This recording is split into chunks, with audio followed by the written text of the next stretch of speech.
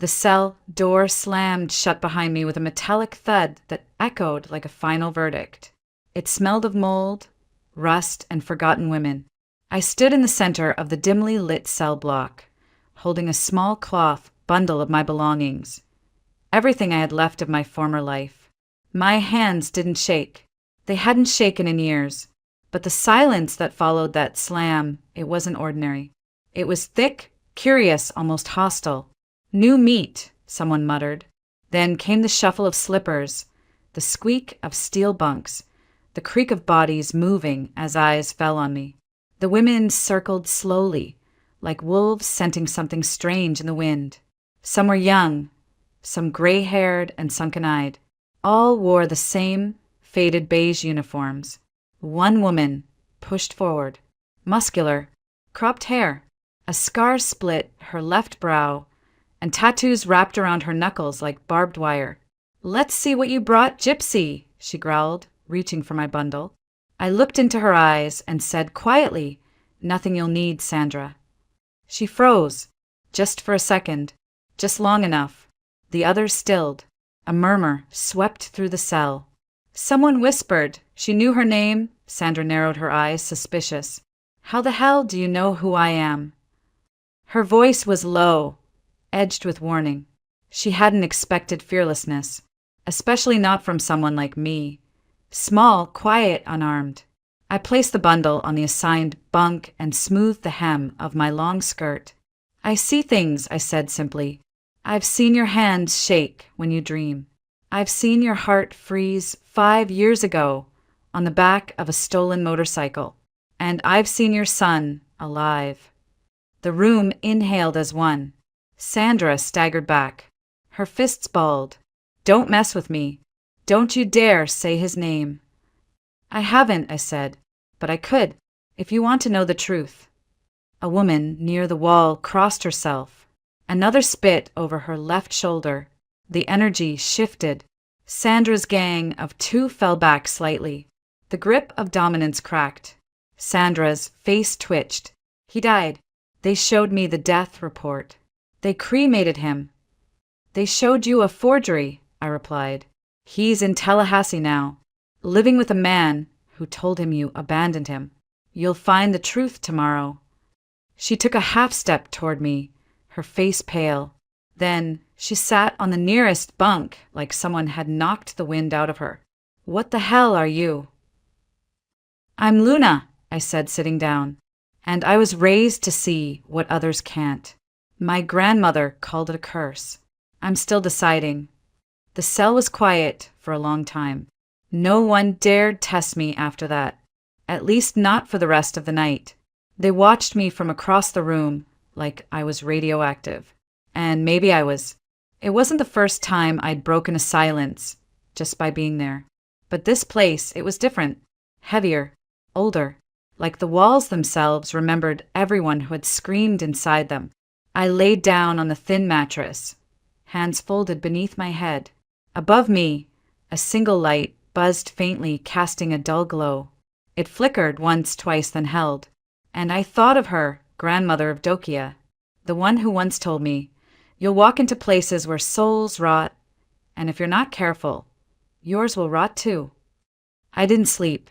I never slept the first night.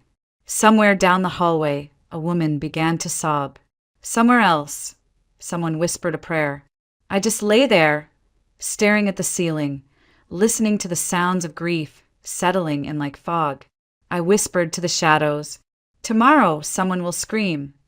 And I was right. By morning, the silence had changed. No one said it, but I could feel it in the way they passed by my bunk without a word, in the glances they thought I didn't catch. There wasn't hostility anymore, only caution and something close to wonder. Sandra didn't speak to me, but she didn't threaten me either. She just watched. From her bunk, from the corner of her eye, from behind that cracked mask of defiance, like she was waiting for me to say more. I didn't. Not yet. Instead, I folded my blanket the way grandmother had taught me. 3 times, edges inward, corners tucked. It was a ritual, one of many that kept me grounded when the world tried to tear me apart. Was it real? A whisper came from the bottom bunk across from me. The voice was barely audible, but I caught it. A girl, no older than 20, eyes swollen from nights of crying. What you told Sandra, was it real? I looked at her. Does it matter if you believe me? She hesitated. It does to me. I nodded slowly. Then yes, it was real. Her eyes filled with something that wasn't quite trust, but wasn't fear either. Something in between. Later that day, I found a scrap of bread left near my bunk. No note, just a gesture. In prison, kindness is the rarest currency. That night I sang. Not loud, not for attention, just a whisper of melody passed down for generations. A lullaby in Romani tongue, the same one my grandmother sang when the nightmares wouldn't leave me alone. Sov shivari, sov toot, o devil tuk, brigadel. They didn't understand the words, but they felt them. Even the hardest women, the ones with tattoos of snakes and names inked across broken hearts, went still. I kept singing, not for them, but for the ones they'd lost. Some closed their eyes. Some turned their faces to the wall. I saw tears. Real ones. The kind that burn when they come up from places you haven't touched in years. When the song ended, no one clapped.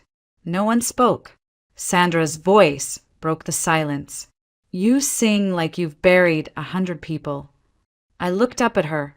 More than I care to count. She leaned back on her elbows. That's a damn shame. Without sorrow, I said, there's no joy. Same way there's no light without night. She didn't respond, but she didn't argue either. And that was enough. Lights out came fast. The alarm buzzed, and the dull glow overhead flicked off like someone pulling breath from the room. I lay on my back, eyes open, heartbeat steady. I heard someone whisper, "Good night, Luna." It wasn't just a word. It was an opening. The next morning, the guards came for me. "Alvarez, warden wants to see you." Whispers rippled through the cell block. They always did when someone got called upstairs. But with me, there was a different kind of tension in the air. A sense of something coming, heavy and unnameable. Sandra looked at me as I stood. "You're not coming back, are you?" I met her gaze. "Do you want me to?" She looked away. I didn't say that. I gave her a faint smile. "Then maybe I will." And just like that, I walked out, escorted by 2 silent guards through corridors that smelled of bleach and cold steel. My steps didn't falter. I'd been here before, not this prison, but this moment. The moment before something begins, or ends. And I knew this wasn't the end. It was only the beginning. They took me up 3 flights of iron stairs that groaned beneath our steps, past locked doors and echoing hallways until we reached a corridor that smelled less like bleach and more like paper and old regrets. A brass plate on a wooden door read, "Warden Andrew Beckett." The guard knocked twice. "Come in." The voice was calm, clipped. Military, I thought. The door opened and I stepped inside. The room was neat, too neat. Thick curtains filtered the light into something gray and sterile. A filing cabinet stood at attention in the corner. Framed certificates lined the wall behind his desk, along with a faded photo of a woman and a child. He sat straight-backed, hands folded, watching me. He didn't say anything at first. I didn't either. His uniform was flawless. Dark blue, pressed to perfection. The only sign of wear was in his eyes. Steel gray, exhausted, and behind them, pain boxed up and hidden with a soldier's discipline. He motioned toward the chair in front of him. "Sit." I did. "You're Luna Alvarez." "I am." He opened a manila folder on the desk. "Pending trial. Fraud, manipulation, spiritual deception. Accused of taking advantage of vulnerable individuals under the pretense of fortune-telling and emotional healing. Multiple complaints across 3 states. He looked up. "Are you a fraud, Ms. Alvarez?" "No," I said softly. "But people are frightened by things they can't explain." He studied me like I was a puzzle he didn't ask to solve. You've caused quite a stir in Block C, particularly with inmate Sandra Knox. I met his gaze. She deserved the truth. You told her her son is alive. Because he is. His fingers tapped once on the folder. And how would you know that? Because I see what others miss, I replied. Because when people carry wounds, they leave traces, and sometimes those traces lead to what's still living. His expression didn't change, but I felt something shift in the air. Let me be clear, he said. This facility runs on order, not mysticism, not folklore. If your presence disrupts that order, I'll have you transferred. Understood? I nodded. I'm not here to create chaos. I'm here because someone needs to be heard. He leaned back slightly. Let me guess. You've seen something about me. I paused, then said, You haven't forgiven yourself in 12 years. The silence thickened. His shoulders tensed. You lost your wife and your daughter, but it's not just grief. It's guilt, because you were the one who told her to take that road. That shortcut. You said you'd meet her after your shift. He sat very still. You stayed in the office too long. One more call, one more file. You told yourself it was important, but you weren't there. His voice, when it came, was low and brittle. Who told you? No one. I saw his knuckles whiten as he gripped the edge of the desk. His eyes didn't move from mine, but they'd turned colder, sharper. You came in here thinking you could manipulate me with personal details, make me believe you're some kind of savior. I don't want to be anyone's savior, I said. I only want a chance to do what I was born to do. And what's that? To see pain and not look away. He looked away first. He stood, walking toward the window, staring out at the yard below. When he spoke again, his voice was quiet. Do you know what it's like to bury both halves of your heart on the same day? I didn't answer, because yes, I did. I haven't spoken about them in over a decade, he murmured. Not to my staff, not to the shrink they assigned me after. I've kept it buried so deep I forgot how much it still hurts, I stood. You haven't forgotten. You've just learned how to stand still while bleeding. He turned to face me. There was something new in his eyes now, no longer suspicion, but recognition. The kind that only exists between two people who've both crawled through fire. After a long silence, he said, There's an empty room down the hall. Small. Used to be an interrogation room. I'll have it cleared. You'll report there twice a week. Supervised. You'll speak to select inmates. Quietly. If you do anything to exploit them, I'll shut it down. No questions. Are we clear? I nodded. Perfectly. He nodded once. You may go. I turned to leave, but at the door I paused. She used to wear a blue dress on her birthday, didn't she? His breath caught. You gave it to her. He didn't answer. He didn't have to. The room they gave me used to be a cold chamber for questioning, maybe breaking people down. Gray walls, no windows, one metal table, and 2 chairs with uneven legs. But I didn't mind. I'd sat in worse places. I'd heard truths in stairwells and hospital bathrooms, in the back of a bus where no one was supposed to listen. Here, at least, I had a door. The first case they brought me was almost insulting. A petty theft. A witness named Lamakin claimed he saw another inmate sneak 2 old TVs from the commissary in the middle of the night. No cameras had caught it, just his word. The investigator, Burton, looked bored, even bringing the file in. I don't know what Beckett thinks you're going to do, but go ahead. Make magic. Lamakin came in jittery, tapping his foot, eyes darting. I said nothing for 5 minutes. Just watched. He couldn't sit still. Kept touching his jacket pocket like he was hiding something or afraid he'd forget it. You were paid, I said. He blinked. What? I leaned forward. You were paid to lie. That's why your hands are shaking. Not from fear. From adrenaline. It's the first time in your life someone handed you that kind of money and told you all you had to do was speak. Burton sat up straighter. Left jacket pocket, I added. There's a slip of paper in there. A note with the name of the man who gave it to you. You're clutching it like it's a guarantee they'll keep their word. Lamakin turned pale. That's crazy, he stammered. She can't know that. Burton stood. Empty your pockets. It took 2 guards to get him to comply. The note was there. Burton stared at it like it might bite him. How the hell? I stood. I didn't make anything appear. I just saw what no one bothered to. Word spread fast. The next week, a girl named Vera was brought in. 18, frail, eyes ringed in shadows. She'd been sitting in silence for weeks, refusing to speak to anyone. Accused of killing her stepfather with a kitchen knife. Everyone assumed it was rage. Another broken girl with a violent streak. She sat across from me like a ghost, hands clenched in her lap, head low. I sat on the floor instead of the chair. I waited. After a while I said, "He hurt you first, didn't he?"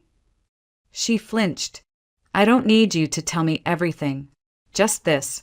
When he came into your room that night, did you already have the knife, or did you grab it when he reached for you?" She started to cry, soft at first, then louder, her entire body shaking with it. Between sobs, she whispered, "I just wanted to scare him. I didn't even aim. He grabbed me and I swung. I didn't mean to." I reached up and took her hand, gently. Her wrists bore old scars. Her eyes held newer ones. "He told you it was your fault, that your mom was gone because of you, that no one would believe you." She nodded through tears. Burton, silent in the corner, finally turned on the recorder. By the end of that interview, Vera had told everything. The years of silence, the hospital visits, the bruises she'd hidden. And in her voice, for the first time, was something resembling freedom. Burton looked at me as he turned off the device. "You're not just lucky, are you?" "No," I said. "I'm paying attention." That night, when I returned to the cell block, Sandra was waiting near my bunk. She didn't speak, just handed me a cup of hot tea she'd bartered for. "You were right," she said, "about the letter." I nodded. "I got it this morning. His handwriting. I'd know it anywhere." "I told you," I replied, taking the cup. "The truth always finds a way through." Sandra stared at me for a long time. "Who are you really?" I sipped the tea. "Someone who listens." She didn't ask more. She didn't have to. It didn't take long before someone noticed I was becoming inconvenient. There's only so much truth you can uncover before it starts to make the wrong people uncomfortable, especially men like Warren Blake, the kind who wore silk ties and diamond cufflinks but dealt in secrets and silence. His name wasn't on any official letterhead, but it lived in the hallways, whispered between closed doors. He was on trial for racketeering, laundering, embezzlement, words that meant little to those who'd already been paid to forget. The case was fragile. One misplaced thread could unravel years of protection, and I was a threat to that thread. I heard his name, first from Warden Beckett, muttered like a warning. "Stay out of Blake's affairs, Luna. He's not like the others. He doesn't threaten. He erases." But it wasn't me he came for first. It was Victor Hayes, Deputy Warden, Beckett's longtime second, a man with gray around his temples and tired eyes that softened when he spoke about his daughter, Masha. She was 12, diagnosed last year with an autoimmune disorder that no insurance would touch. The only treatment available was experimental, expensive, and out of state. Hayes had already mortgaged the house, emptied retirement, sold the family car. It wasn't enough. I saw it before anyone told me. His steps got heavier. He stopped wearing his wedding ring. His coffee sat untouched on the table outside the infirmary. One evening, I saw him standing in the hallway outside my room, staring through the glass like he'd already buried something. He didn't speak. He didn't have to. The next day, an anonymous complaint arrived in Warden Beckett's office. It accused me of manipulating inmates, sowing fear, exploiting vulnerable women with psychological games. The language was cold, deliberate. Every sentence designed to plant doubt. to isolate me. Victor delivered it himself. He couldn't look me in the eyes. Later that night, Beckett called me in. He dropped the folder on the table. His jaw was tight. "Do you know where this came from?"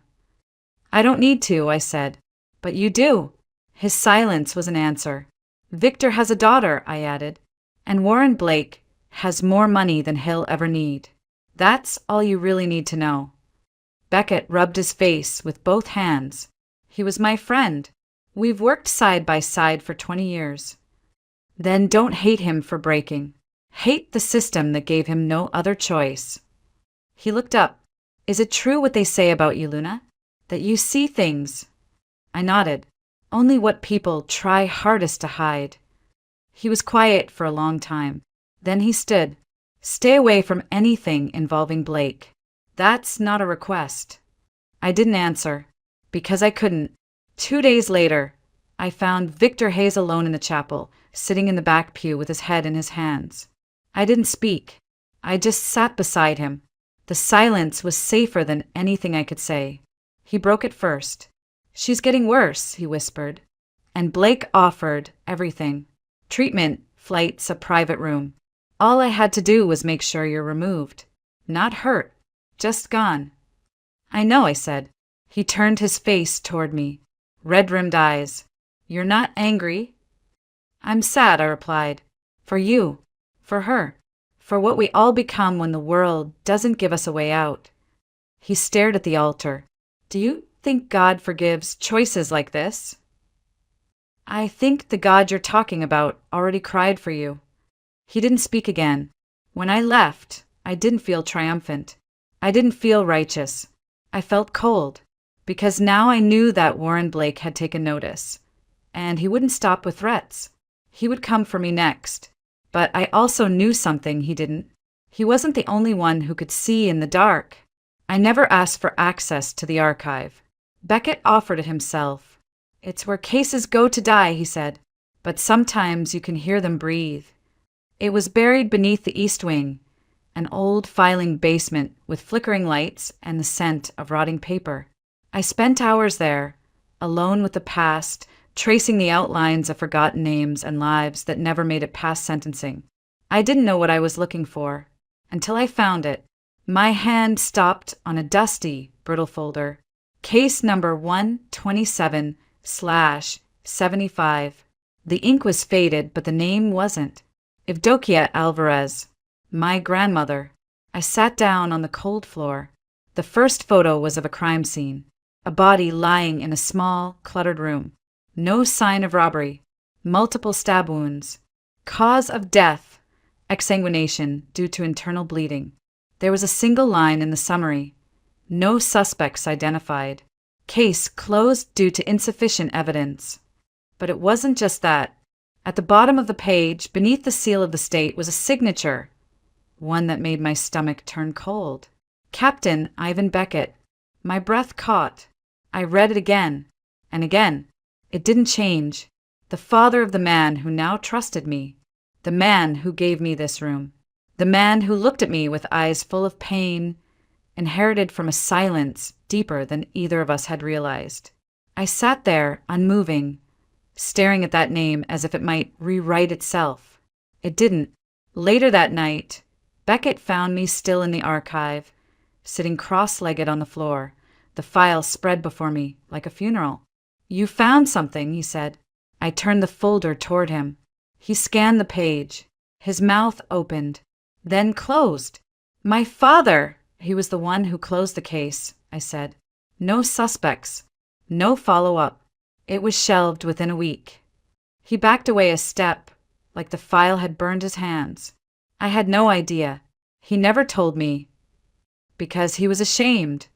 Beckett sat heavily on a metal stool near the wall, his hands gripping his knees. I thought he was just tired, bitter, but sometimes when he drank too much, he'd say things about orders he shouldn't have followed, people he couldn't save. Maybe he meant her. I knelt beside him and placed a photograph in his hands, one I kept folded inside the folder. In it, my grandmother stood beside a group of uniformed officers. In the corner, Barely visible was a young man in a military coat with Beckett's chin and his tired eyes. "That's him," he whispered. "Jesus Christ, that's him." "She helped him once," I said. "When he was younger. He came to her in desperation. She saved someone in his family. And then, years later, someone ordered him to bury her truth." Beckett's jaw clenched. "If he knew something, if he was protecting someone, he didn't have a choice," I said gently. "You know how that works better than anyone." He stared at the photo for a long time. Then he looked at me. "What do you want from me, Luna?" "Nothing," I said. "But if this is our story now, yours and mine, we deserve to know how it ends. Not how it was forced to end." He exhaled, deep and hollow. "You want me to reopen this case?" "No," I said. "I want you to open your eyes." For the first time, he looked not at the folder, not at the photo, but at me. And in his expression, I saw something shift. A weight shifting shoulders. A burden reshaping into responsibility. He stood, picking up the file with both hands. "Come with me," he said. "There's someone I need you to meet." I followed him out of the archive and into the next layer of the past neither of us could run from anymore. The meeting room was cold. Not the kind of cold that came from air conditioning, but the kind that seeped out of stone, wood, and secrets. Warden Beckett sat at the head of the table. I stood by the window, arms crossed, trying not to look at the man sitting across from him. Warren Blake. He looked exactly like I expected. Overdressed, overconfident, and underestimating everyone in the room. His smile was thin. His eyes reptilian. "I appreciate your time, Warden," he said, voice silk-wrapped steel. "I know how valuable discretion is to men in your position." Beckett didn't respond. Blake continued, unfazed. "There are a number of complexities surrounding my case. Things best kept out of headlines. Witnesses who may or may not remember clearly. Consultants who may be overstepping." He didn't say my name. He didn't have to. "I've heard," Beckett said dryly. Blake reached into his briefcase, pulled out a sealed envelope, and slid it across the table. "A donation. For the facility. No strings, of course. But I've also spoken with your deputy, Mr. Hayes, and I understand you're under pressure. You don't need more chaos." Beckett glanced at the envelope. Didn't touch it. Blake leaned forward. "We both know how things work. You transfer the gypsy to a quieter place, somewhere with less exposure. It's not personal. It's business. You keep your post. I keep mine." Silence stretched between them. Then Beckett spoke. Slowly, carefully. "You think you can buy my silence with a padded envelope and a smile. I think I can offer you peace." Beckett's hands tightened. "I buried my wife and daughter because of a shortcut I told them to take. I've spent 12 years choking on peace. I don't want it anymore." Blake's eyes narrowed. "You're making this emotional. That's dangerous." "No," Beckett said. "What's dangerous is pretending there's no line left to cross." He stood and slid the envelope back toward Blake. "You just crossed mine." Blake didn't flinch, but something in his expression cooled, like a man mentally flipping to a darker page. "You'll regret this," he said softly. "Maybe," Beckett replied, "but not as much as I'd regret doing nothing." Blake left without another word. I didn't speak until we were alone. "You just handed him a reason to destroy you." Beckett turned to me. "Then let him try. If I've learned anything from you, Luna, it's that fear is what makes cowards of men who are born with courage." There was a moment between us, unspoken, heavy, necessary. I said quietly, "He'll go after Victor next." "I know," Beckett said, "and Victor will have to choose, just like I did." That night, Victor Hayes showed up in my room. He looked older, hollow. "I told him I couldn't do it," he said. I nodded. He offered me everything. Told me I could name any clinic in Europe. Masha would have the best doctors in the world. "What did you say?" Victor swallowed hard. "That I wasn't for sale." He sat on the edge of the bunk, staring at the floor. "Do you Think I doomed her? I sat beside him. I think you showed her what love looks like, even when it hurts. He didn't speak for a long time. Then, almost a whisper, he said, "Thank you." I shook my head. "Don't thank me. Thank the man who refused the envelope." Later, after he left, I sat alone in the dark, staring at the ceiling, listening to the echo of footsteps down the corridor. I knew what was coming. I knew Blake wouldn't walk away quietly. There would be consequences. There always were. But for the first time in a long time, I wasn't afraid, because somewhere inside this broken place, a man had chosen truth over silence, and another had chosen integrity over survival. And that meant I wasn't alone anymore. It was past midnight when Beckett knocked on my door. No guards, no clipboard, just him. He looked tired, not in the way a man looks after a long day, but the way someone looks when they finally stopped pretending, like he'd laid down a burden so heavy, even his bones had started to breathe again. "I can't sleep," he said simply. I nodded and stepped aside. We sat across from each other at the small metal table. The overhead light buzzed, casting shadows that danced between us. Beckett placed a folded piece of paper on the table. "It's her handwriting," he said. "Your grandmother. I found this in my father's old desk." My hands trembled as I unfolded it. It was a letter, brief, blotched with age and grief. It spoke of a girl she had sheltered, a powerful man whose son had hurt someone, how she was warned to stay quiet, and how she refused. "She died 3 days after writing this," Beckett said. "I think my father kept it because he couldn't throw her voice away." I traced the loops of her script with my finger, imagining her hunched over the kitchen table, knowing full well what might come next, and writing anyway. "She never wanted revenge," I whispered. "Only truth." Beckett nodded. "Maybe that's why it took me so long to get here. I spent most of my career believing justice was something you measured with rules and chain of command. Turns out it's messier than that." "It's always been messy," I said, "but that doesn't make it meaningless." He looked at me, really looked. "You've changed this place, these women, me." "I didn't set out to," I admitted. "I just didn't know how to keep quiet anymore." There was silence for a long while. Not uncomfortable, just full.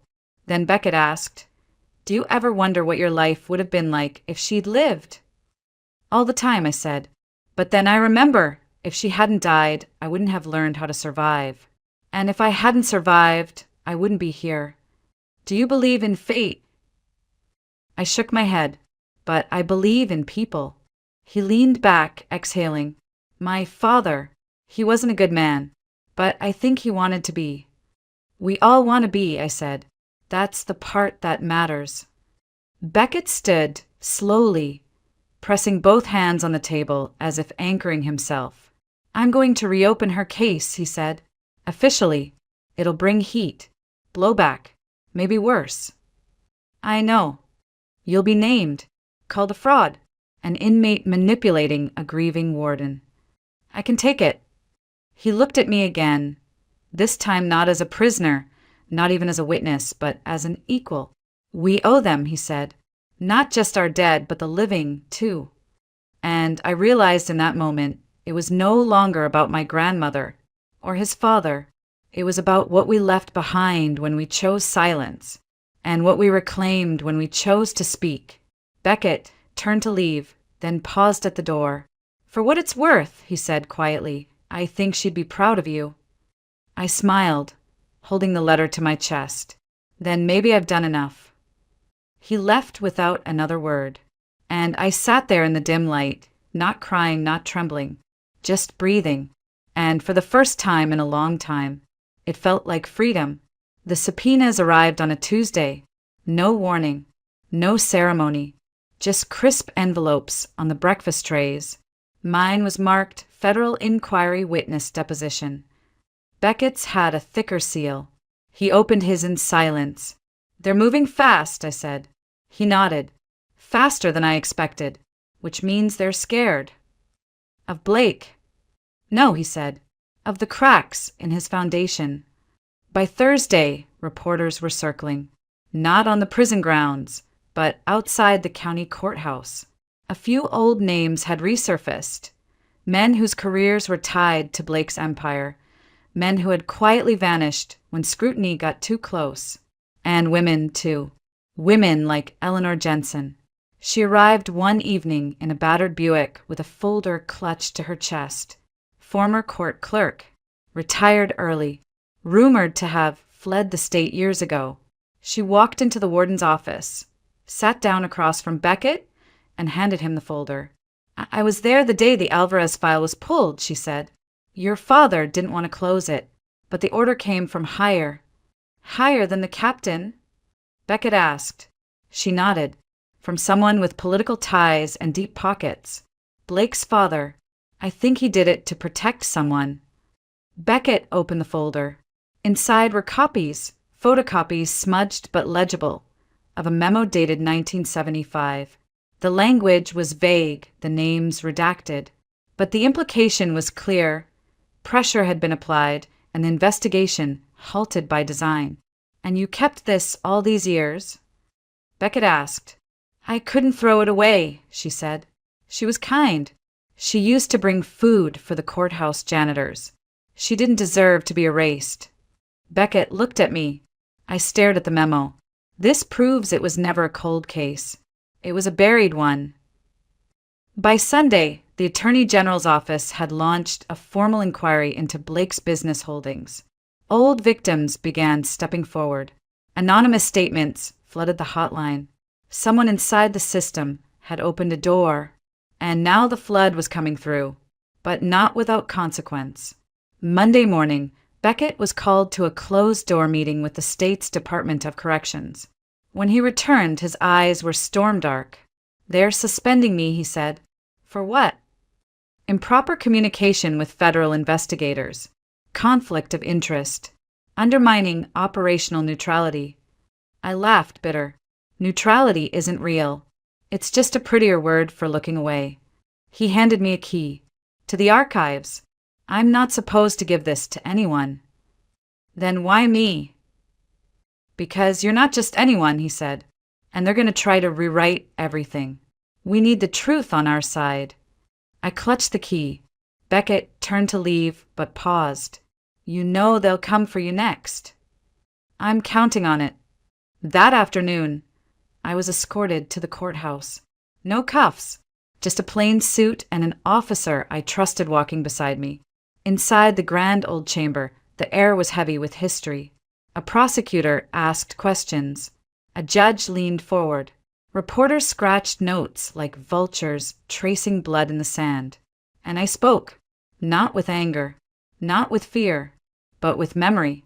I told them about Evdokia Alvarez, about the file, the silence, the pressure, the people who chose comfort over truth, and the few who chose otherwise. When I finished, the room was still. Then someone clapped. Just one person, Eleanor Jensen in the back row, and then another, and then it was quiet again. But something had changed. Not outside, not yet, but inside that room, the silence no longer felt like permission. It felt like reckoning. Dear Abuela, I never knew how to begin this. For years, I imagined what I would say if you were still here. If I could sit across from you, hold your hand, listen to your voice again. But maybe this is better. Maybe some truths are only meant for silence and ink. They reopened your case. That alone feels surreal to write. It's no longer a number buried in a drawer. You have a name again, a voice again, and people, real people in power, are finally listening. The man who helped make it happen, his name is Andrew Beckett. His father signed the order that sealed your truth, but the son opened it again. I think you would have liked him. He's stubborn and guarded, but he listens, really listens. He once told me that he buried his family under the weight of one decision, and now he's trying to dig himself out, not by forgetting, but by making it right. I've learned a lot from him, but mostly I've learned from you. I used to think your story ended in that cold report. A victim, a statistic, But now I see it differently. You weren't just the woman who was silenced. You were the woman who chose not to stay silent, who risked everything to protect someone else. And because of that, I'm still here. Because of that, I get to speak. There are still people who doubt me, people who call me names. Gypsy, con, manipulate. They think that truth only belongs to those born into power. But I've learned something powerful lately, abuela. Truth isn't about who says it. It's about who's willing to carry it, even when it costs them everything. Victor is doing well. He visits often. His daughter, Masha, is responding to treatment. It's not easy, but he says love makes pain bearable. I believe him now. As for Beckett, he's no longer warden. He turned in his badge last week. Said he wanted to build something instead of defend ruins. I don't know what that means yet, but I think he's finally breathing free. And me? I'm writing. Not just letters to the dead, but stories for the living. They're small things, quiet, but I see women reading them in the library, whispering to each other, smiling like someone lit a match in a dark tunnel. It's not justice, maybe, but it's a beginning. I think about you every time I pass the garden. They've let me tend it again. The soil is tired but forgiving, just like memory. The other day, I planted sunflowers. The big kind. The ones that always look for light, even when the sky forgets them. I like to think you'd understand that. This isn't closure, but I don't think that's real. Not for people like us. But it is peace. And peace is loud in its own way. Thank you for surviving long enough to leave behind your truth. Thank you for teaching me how to hold it, even when my hands were shaking. With all the love I never got to say, Luna.